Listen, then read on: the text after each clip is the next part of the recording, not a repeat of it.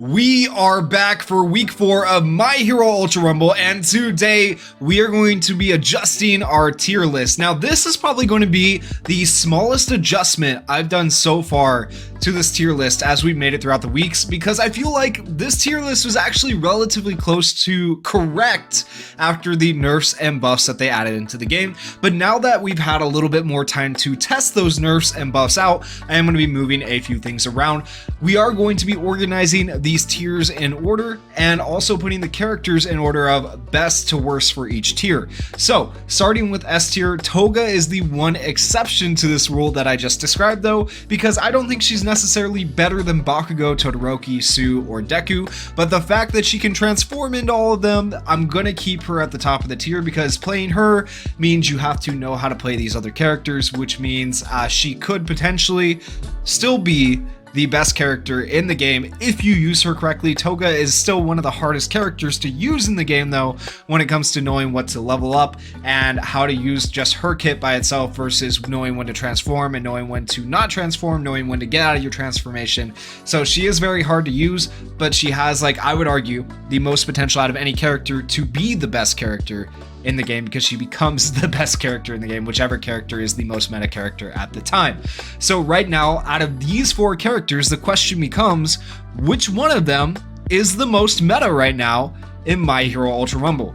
And in my personal opinion, feel free to debate this in the comments, right? But with the nerfs that have come to Bakugo and Deku, and Todoroki having less damage than either of them, but his burn does damage over time, right? But with the nerfs that have come, Tsu got a nerf on her camouflage and that was it, but not to her damage.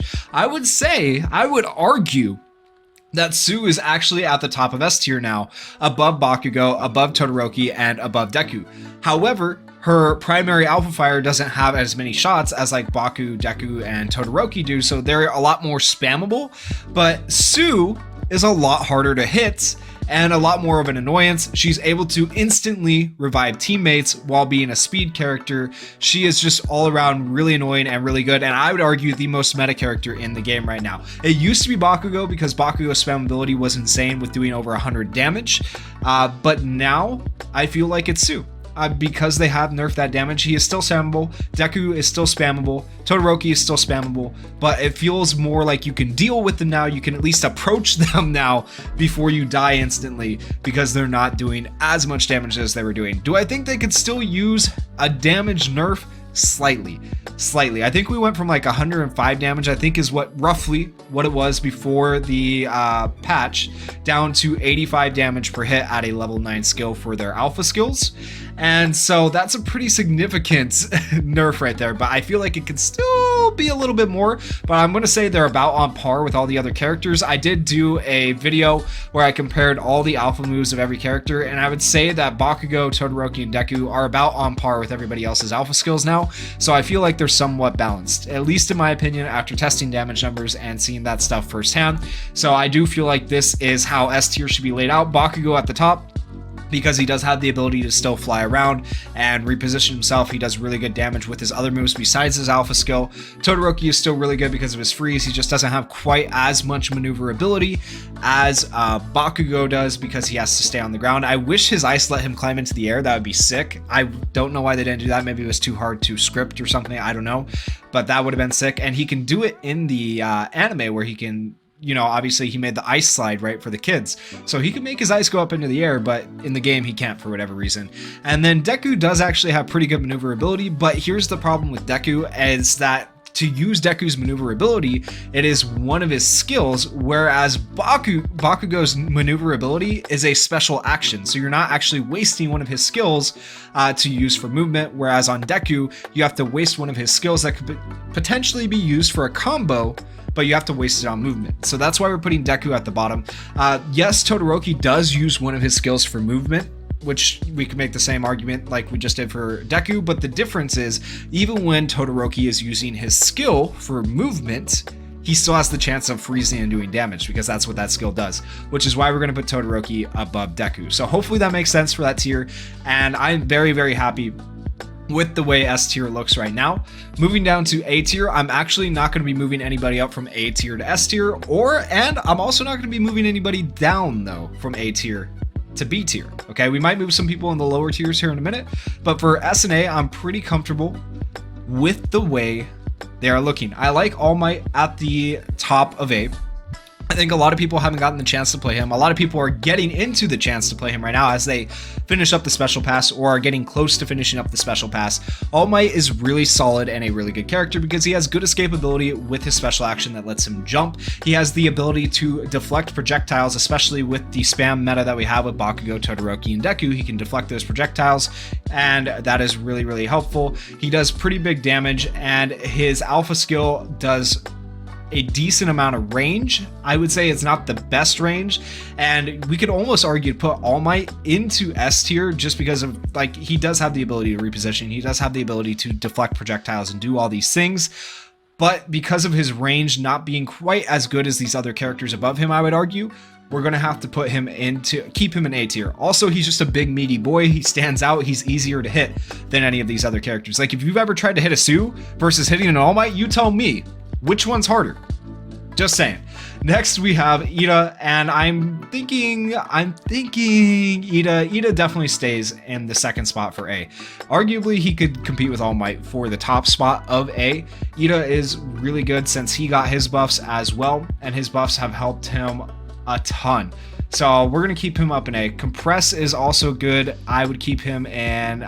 Compress and Cementos, I have a hard time differentiating between who should be above the other. I like Cementos more personally because I enjoy playing him. He's just a ton of fun to play. But when I look at the kits, when I look at people that are using these characters, and when I use them myself, I have to say I think Compress is better for the overall gameplay. He feels more balanced kit wise. Okay, he has good escapability, he has the ability to protect your teammates and deflect skills, especially the projectile heroes that are in the S tier, right? And he also is going to be able to do good damage with his alpha skill. So he has escapability, the ability to reflect, and he can do pretty decent damage. So overall, that's a well-rounded kit, right? And so for that reason, we're going to keep Compress above Cementos. I would like to put Cementos up because Cementos is a lot of fun. He is really good with building his, using his alpha skill, stacking the towers on top of them, each other, sniping enemies below, helping get your teammates up with the instant revive, which is really good. But he does still lack the maneuverability that people like Compress have, where Compress can literally fly halfway across the map and get out of a dangerous situation. Cementos can do similar things where he can get out of dangerous situations by just stacking pillars, but it is still a little bit easier, I would argue, to catch a Cementos than it is to catch a Compress. And so for that reason, we're going to keep this order, and I know not a whole lot's changing here in A tier, but I just want to explain to you guys why things are not changing in A tier right now. Next, Mount Lady. I do feel comfortable keeping her below Cementos and Compress. I feel like they have more utility. Mount Lady is good for her transform in the final circles, but earlier on she's just a big target, and people, if they are smart, they will focus her down. And for a while there, I had her in S tier in previous tier lists because she was OP at the beginning of the game, because people didn't know how to counter her. It was like Attack on Titan and you just ran for your life. But now we got people who are not afraid to slay Titans, and Mount Lady goes down pretty quickly. She has decent range, she has some mobility with her kick. Her stomp is spammable, which is really good in close spaces, but overall, her kit, I would argue, is not stronger than these other four above her, so we're going to keep her there. Kaminari is similar to Mount Lady, just worse, I guess. He doesn't have as much projectile distance. I think Mount Lady's is actually technically a little bit further, and Kaminari does have the ability to set traps with his electricity. He has his AoE, so if you level up, I believe it's his beta skill? Yeah, it's his beta skill that lets him do his AoE, and then the gamma skill lets you dash, but the beta skill can potentially wipe a whole team if you level it up to level 9, which is really, really good and makes Kaminari insane if used right. But when we compare Mount Lady and Kaminari, Mount Lady has the ground smash that basically does the same thing Kaminari does.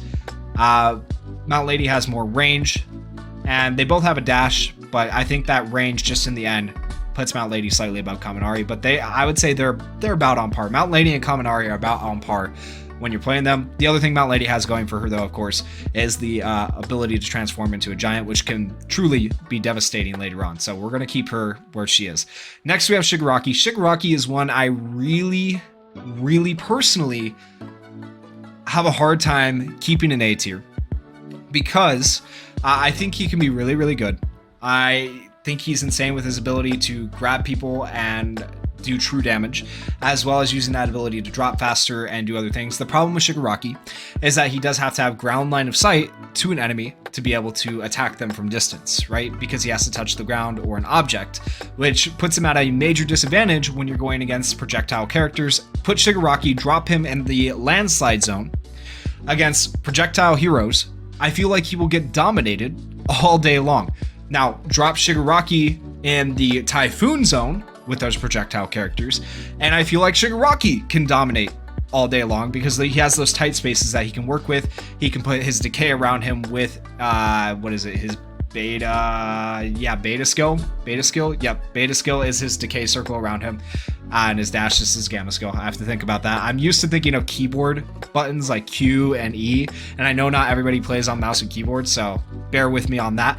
But yeah, I think Shigaraki can be really good depending on where you drop him, but that's my problem with him. I feel like I shouldn't have to drop to a specific part of the map for a character to be good, right? But I'm going to give Shigaraki players the benefit of the doubt. I feel like if you're a good Shigaraki player, you don't necessarily need to drop to a specific part of the map, and you can make use of him no matter what. I do think, though, he is a character that is going to rely more on his teammates to help him, like maybe a Dabi to protect him from attacks or stuff like that, than any of these other characters in A tier. And so because I feel like he depends on his team to actually be present to make full use of Shigaraki, I'm going to keep him at the bottom of A tier, but I do think he is still going to be stronger overall than the characters that we have below in B and C tiers. Next, we have Yayorozu.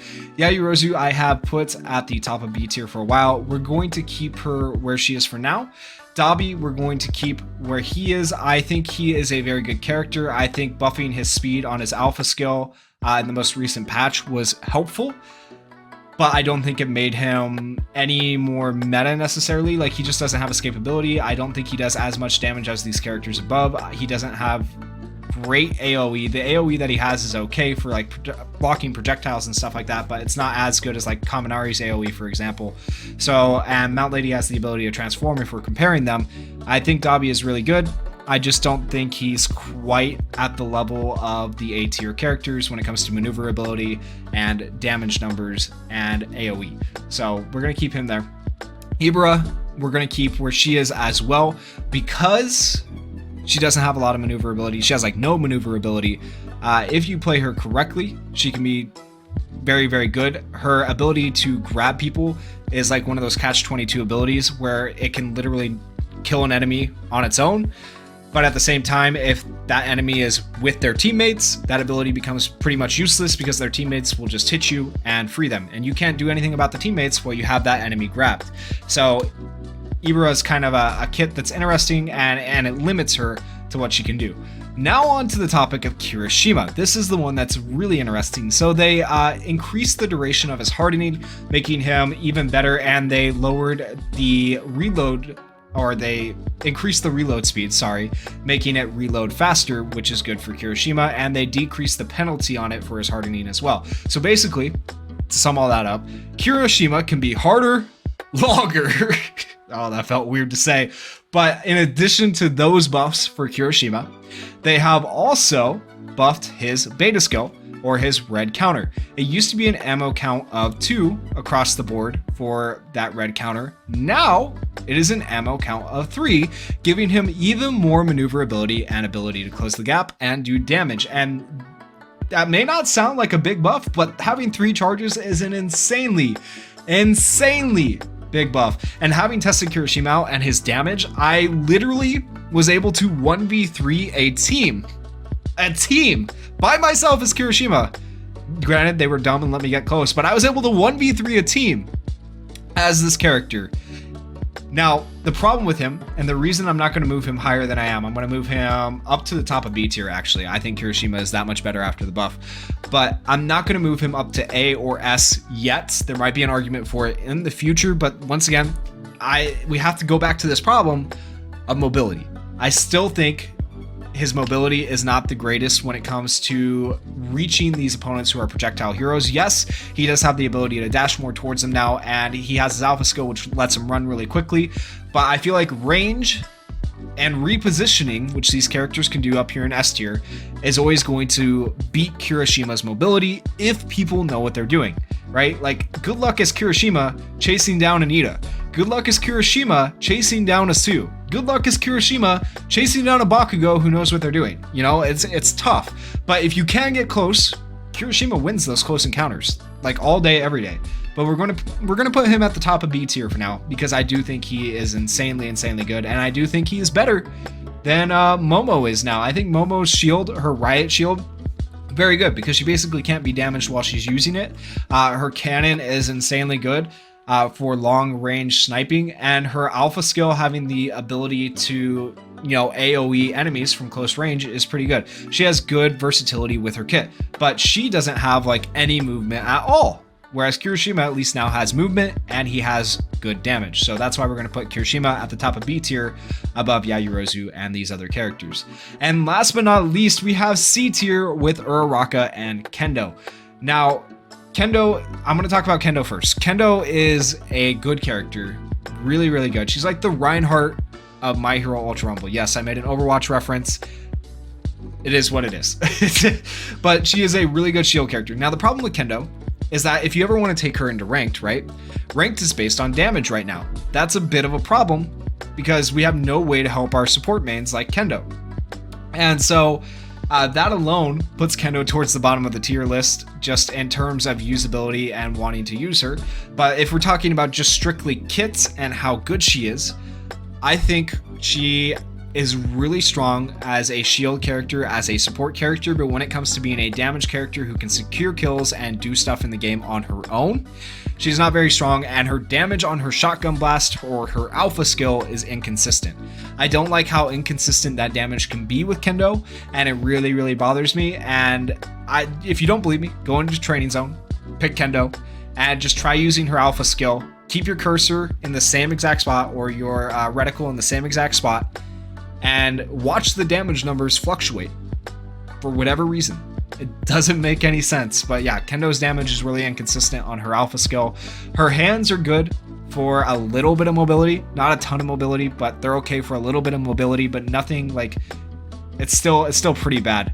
And the fact that she only has like 2 attack skills, and then her special skill is to pick people up and throw them away. Hey, Kendo's got that going for her, because if you want to secure kills, you can, and your teammates are trying to take them, pick your teammates up, throw them away, secure the kill, right? Kendo's got that going for her, but just overall, I can't really get behind her kit. I feel like if they made, how to fix Kendo, in my opinion, make her damage a little bit more consistent on her alpha skill, and I feel like that would make her better. Honestly, I feel like that would be the buff she needed. Her shield's fine, her hands are fine, the clap is fine. Maybe you can make the hands, when she enlarges her hand, she could dash forward a little bit more. That could be a buff, I feel like, increasing the distance that she goes, giving her a little bit more maneuverability to close the gap. I feel like those two things would probably help Kendo move up a tier. Those are my recommendations though. If you guys have ideas to help make Kendo better to where she's more playable, let me know down in the comments. And if you are getting upset that I'm saying all these things about Kendo, you know, I'm sorry, it's just the way I feel. And truthfully, I feel like a lot of the community feels the same way, that Kendo's good, but she's not as strong as she could be. And so we just want her to be in the best position possible. So that's where my thought process is. Last but not least, out of all of the characters, we have Uraraka. I saved her for last because you guys know my issue with Uraraka. I think a lot of people have the same issue with Uraraka, and you probably know it right now without me saying it. But her alpha skill, her grapple, is the most bugged thing in the game when it comes to a character. It's really annoying. However, I think her spin to win, her beta skill, is so strong at this point. Like, it's so annoyingly strong that for that reason, I'm just going to move her up to B tier for now. Okay? Assuming, let's just imagine in a perfect world, that her alpha skill always worked correctly, I would move Uraraka up to A tier. Probably near the top of A tier, because she is that good when she has her anti-gravity on herself with her special skill, her ability to fly through the air with the grapple and spin to win, and then not to mention her anti-gravity field, which is another thing I have a little bit of a problem with, because you do have to kind of sit there for half a second when you're placing the anti-gravity field, and that opens you up for an attack. So I mean, I feel like Uraraka would just be, she would be A tier if her grapple worked, but I don't think she'd be above A tier because she feels kind of like a discount suit. My opinion, but let me know what you guys think down in the comments. I think those are all of our adjustments for the tier list for week 4. I know it's not a lot of adjustments, but we moved a few things around. We repositioned some characters, reordered some characters, and hopefully you guys are okay with this. Once again, if you agree, let me know in the comments. If you disagree, let me know in the comments. Whichever comment gets the most likes for things that need to be changed on this tier list, we will take into account on the next tier list and adjust accordingly. If you guys enjoyed the video, please go down there, hit that like button, hit that subscribe button, and thank you guys for watching. Peace.